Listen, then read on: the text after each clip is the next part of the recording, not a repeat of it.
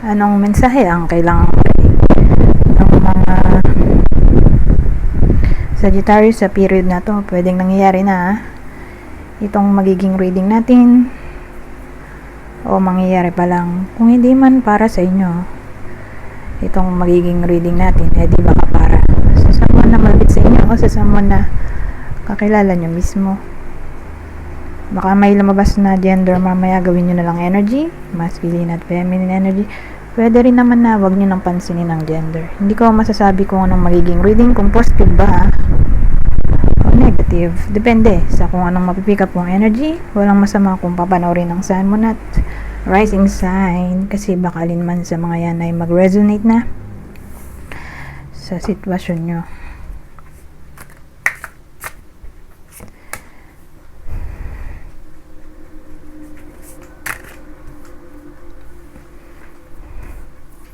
Teka, basa kasi yung kamay ko eh. Nagilamos ako, mainit eh.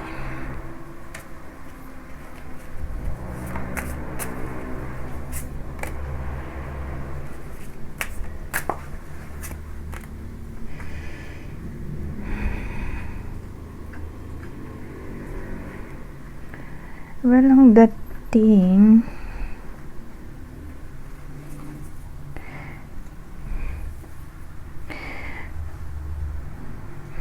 Mukhang problemado dito yung bida natin. Whether nangyayari na to o mangyayari pa lang.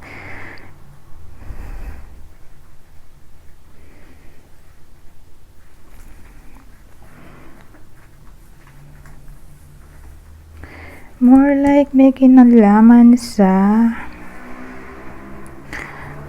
communication, or sabihin nating misunderstanding, ghosting,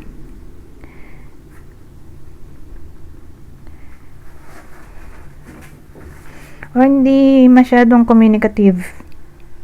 May someone na gano'n, hindi pa natin masabi kung ano ba tong reading na to. Relationship, friendship, o magka-workmate, pero more like may hindi pagkakaunawaan dito.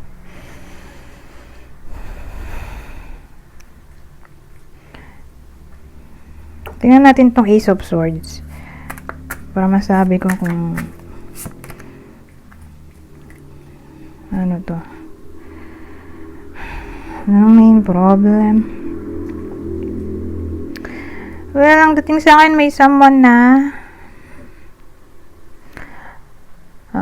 nagbibigay ng constructive criticism or nagiging rude or bully.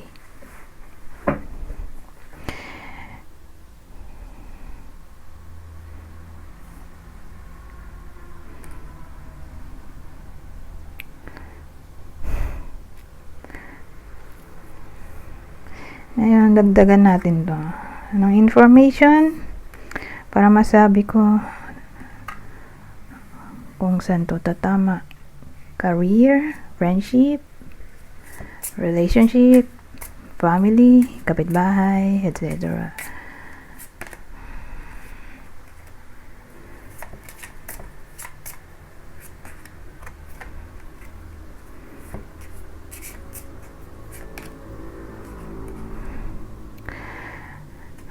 More like sa workplace. May someone doon na pinapahirapan ng iba sa inyo. Whether nangyayari na to or mangyayari pa lang. Pero kung nangyayari na,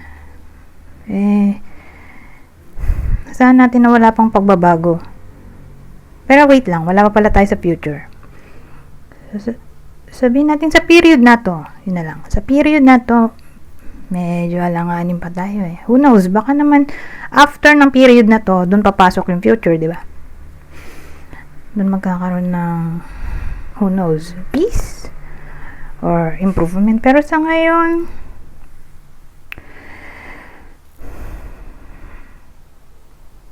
ang dating sa akin, may iba sa inyo, whether kayo to or someone na malapit sa inyo na may work, natambakan siya ng maraming task, maraming pinapagawa ba sa period na to. May taong ganun, pwedeng boss or ahead sa kanya na co-worker. Kasi nandito tong key parang pinapatapos sa kanya, pinapasagutan, maraming pinapagawa nga, ganun dating. Or pwedeng trabaho ng boss or ng ka-workmate, pinapasa rin dito sa bida natin. Kaya yan, feeling burdened. Dahil di na siya magkanda ugaga at ang dami niyang ginagawa.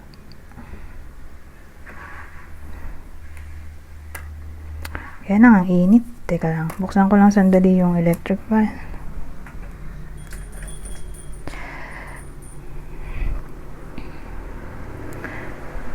So ngayon, tingnan natin ano pang mapipick up kong scenario dito.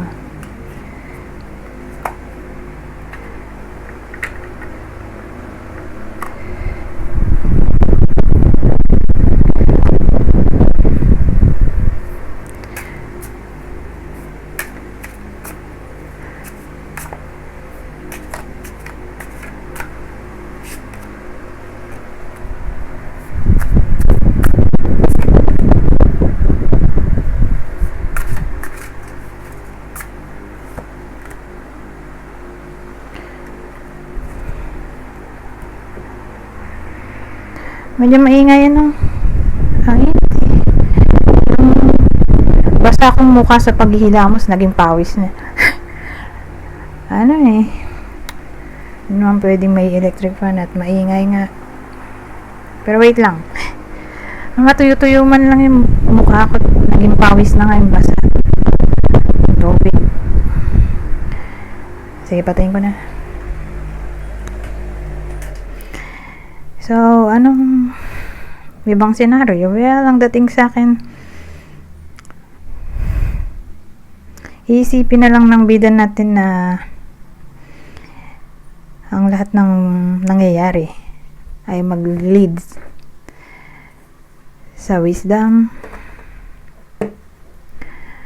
Ganun na lang ang ginagawa niya dito. Nagpapaka-positibo in a way na magbubunga din ang kanyang pinaghirapan kung magtitiis siya. So nagpapaka logical yung tao dito, at least, 'di ba? Kaysa emotional, kasi kung emotional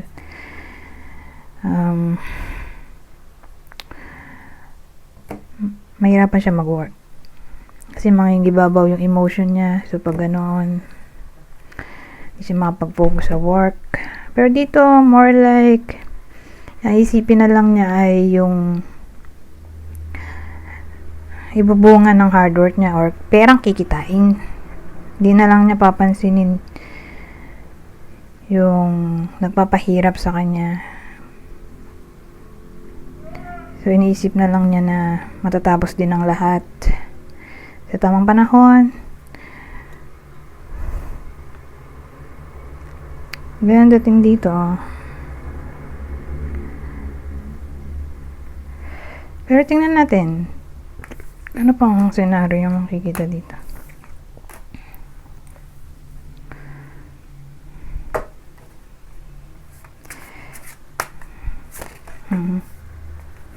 Ito na yung future natin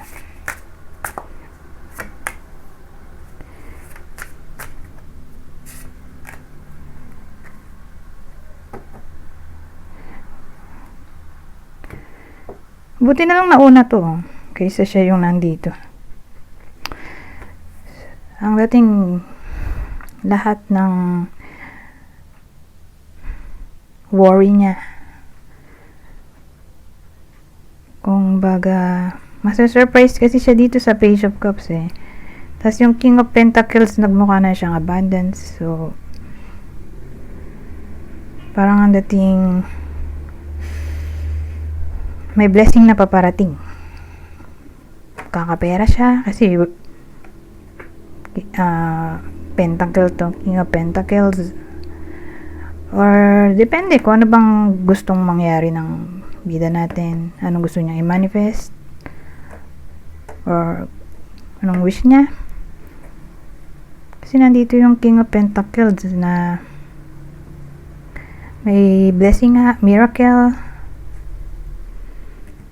or new opportunity na paparating na surprise ng bida natin dito sa Page of Cups.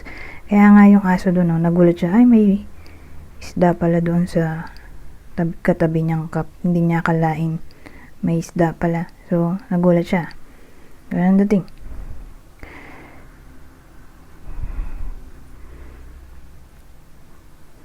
Or sabihin natin may expectation siya na maaaring mangyari, or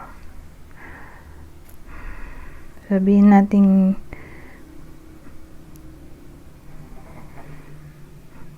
pwede ring mapanish yung nang bubuli sa bida natin, nagpapahirap.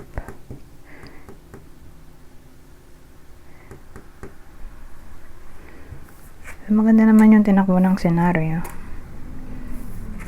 So, career reading yun. Anyways, dito naman tayo sa ibang senaryo. Hindi siya love reading, so walang mga clue.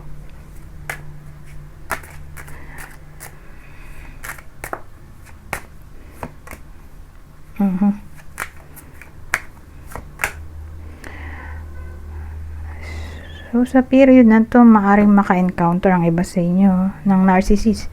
So, yung kaninang reading natin, pwede ring narcissist yun. Yung nagpapahirap sa bida natin. Siyempre, yung bida natin ay Sagittarius. Siya yung nag-create ng challenges eh. Mukhang ito yun. Yun ang bubuli. O nagpapahirap. Dun sa bida natin kanina. Narcissist pala. So, ayan, ganyan dating. Ngayon, kung nangyayari na to, ay ganun pa nga rin. Pero, doon sa future outcome natin, so after ng period na to, saan natin ang surprise. Yun nga lang, di natin masabi kung anong surprise, pero at least, may magandang pagbabago naman, ay katutuwa ng mga Sagittarius.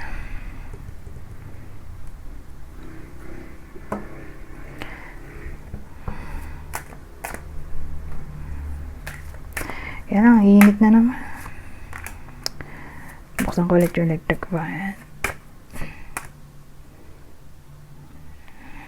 Ano to?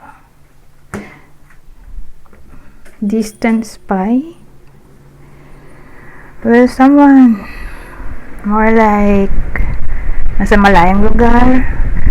So, paano nag-spy yun? Through social media? So, may nag-spy daw sa iba sa inyo. Na someone na nasa malayong lugar. So, nag-spy ang taong to through social media.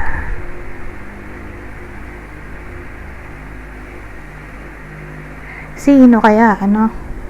Para makilala ng iba sa inyo. Reading to. Kunin nyo lang yung info na sa tingin nyo ay fit sa sitwasyon nyo.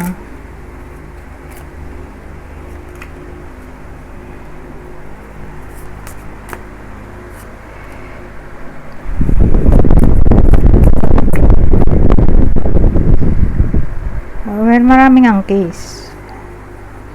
So, ulitin ko, kunin nyo lang yung sa tingin nyo ay medyo malapit-lapit sa realidad. O, sabihin natin kakilala nyo. Or may idea kayo.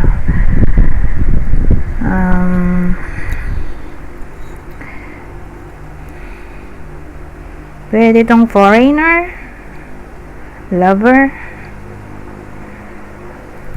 or kakilala na lagi nilang kausap, kachat.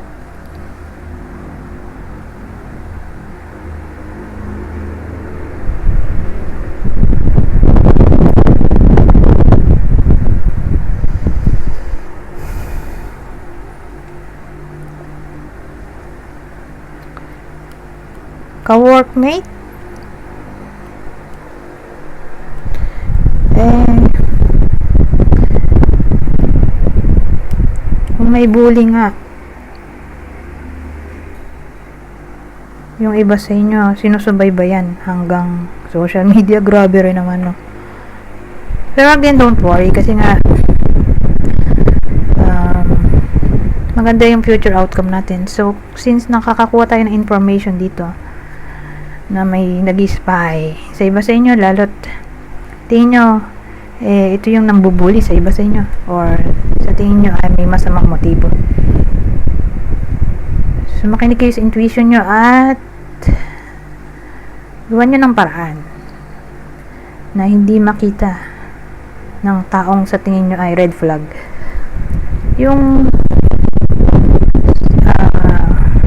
Yung account nyo, di ba may mga setting naman na ganun na hindi mo kailangang i-unfollow, kasi kapag in-unfollow mo or binalak, baka lalo pang magalit. So may mga setting naman sa mga app, depende sa app, pero alam ko may mga setting na hindi mo necessarily kailangan i-unfollow o i-block yung tao. Hindi lang makikita ng taong yon yung ganap sa buhay mo. Kumbaga, pili mo yung pwede niyang makita. Okay? Pero hindi lahat. Hindi open book ba yung account, or sabihin natin i-private, diba? Kung di naman friend at naka-public yung account, mas maganda siguro kung private na lang, diba? Para selected people lang ang makakakita ng mga post ng iba sa inyo, for privacy na rin, o privacy, kung British accent. Anyways,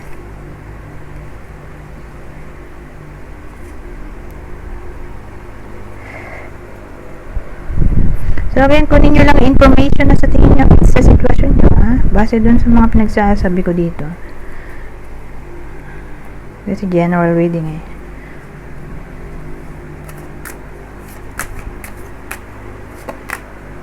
Teka, yun nga pa ng electric fan, no? Kalimutan ko na, ingay siguro dito sa mic. Ayan, teka lang.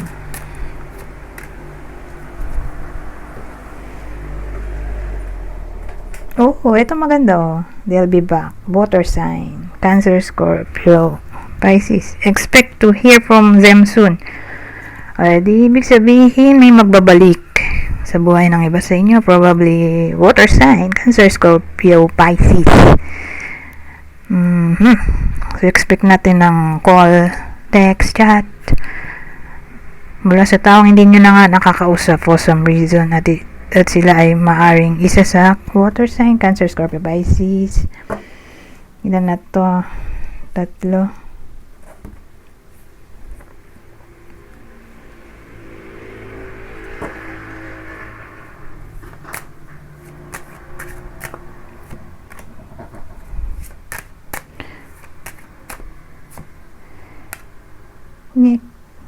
Ano to?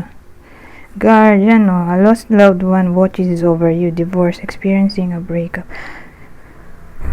Well, whether nangyayari na to o mangyayari pa lang tong divorce natin o separation, annulment, parang dating during this time ng pain, may namaya pa ng mahal sa buhay ang iba sa inyo na nagbabantay sa kanila, na wag mag-isip ng hindi maganda. Okay, kasi hindi natin masabi kapag sobrang painful ang mga sitwasyon. Minsan may iba na hindi na nila makaya, diba? Kaya yun, hindi na sinikatan ng araw. So ngayon, ang gagawin nitong lost loved one or mahal sa buhay na namayapa ay babantayan itong taong to na in pain. Okay? Ganun dating. Whether kayo mismo to or someone na malapit sa inyo, basta isa lang direksyon.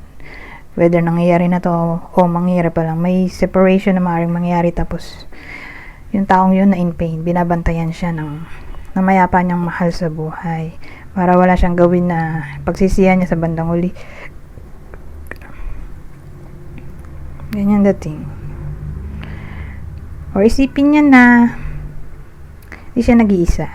Kasi nga may lost loved one na palagi siyang kasama na hindi niya alam. Kasi siyempre, spirit yun eh. So kung wala siyang third eye, hindi niya makikita, diba? Pero sinasabi dito na during this time of crisis, nandyan nga tong lost loved one, nagbabantay or sumusuporta nang hindi alam ng kung sino man tong someone na makaka-experience ng heartache. Ngayon, ilan na ba to? Gawin na natin 5 spread bago tayo pumunta sa general advice.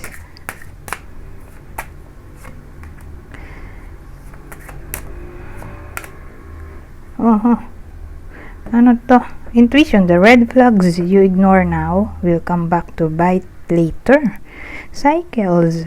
Fate, karma, something ending, something beginning. Well, case to case basis kasi to. Sabi natin example or case to case basis. Unang scenario, sabi natin may toxic na ex na maaaring magbalik sa buhay ninyo. Ngayon, i-entertain pa ng iba sa inyo dahil gusto pa nga. Na para bang dun napapasok yung intuition na bakit ini-entertain mo pa tong taong to? Eh, alam mo na ngang toxic. So, kung babaliwalain mo tong red flag na nakikita mo na, sabi ng intuition, bandang huli, iyak ka na naman. Ganyan dating. Ngayon, ibang case, o ibang senaryo, alam na ng iba sa inyo, may intuition na na kailangan na nilang i-let go for some reason yung tao na toxic sa buhay nila, pero hindi nila magawa. Na para bang kung di mo to gagawan ng paraan ngayong period na to, mahihirapan ka lang pagdating sa future. Mas lalo ka mahihirapan. Ganun dating.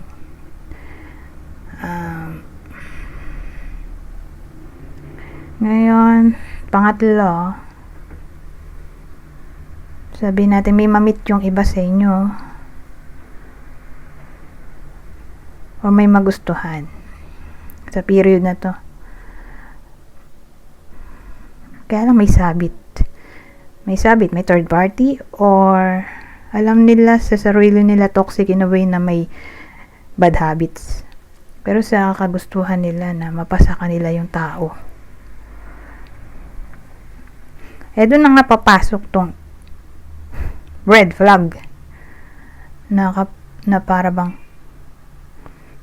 kapag hindi mo to pinansin, itong red flag na nakikita mo, sabi ng intuition, mapapahama ka lang sa bandang huli. Ganun dating. So again, maraming senaryo, diba? Case to case basis.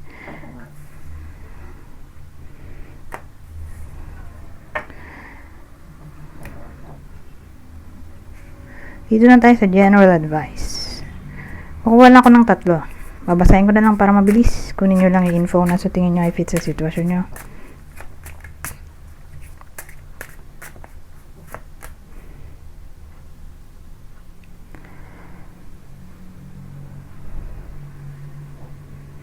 So sabi dito, openness. Be open to receiving divine guidance in relationships. Tanggalin na natin to. Ayan. Trust. You need trust in a relationship for it to thrive. At ang huli,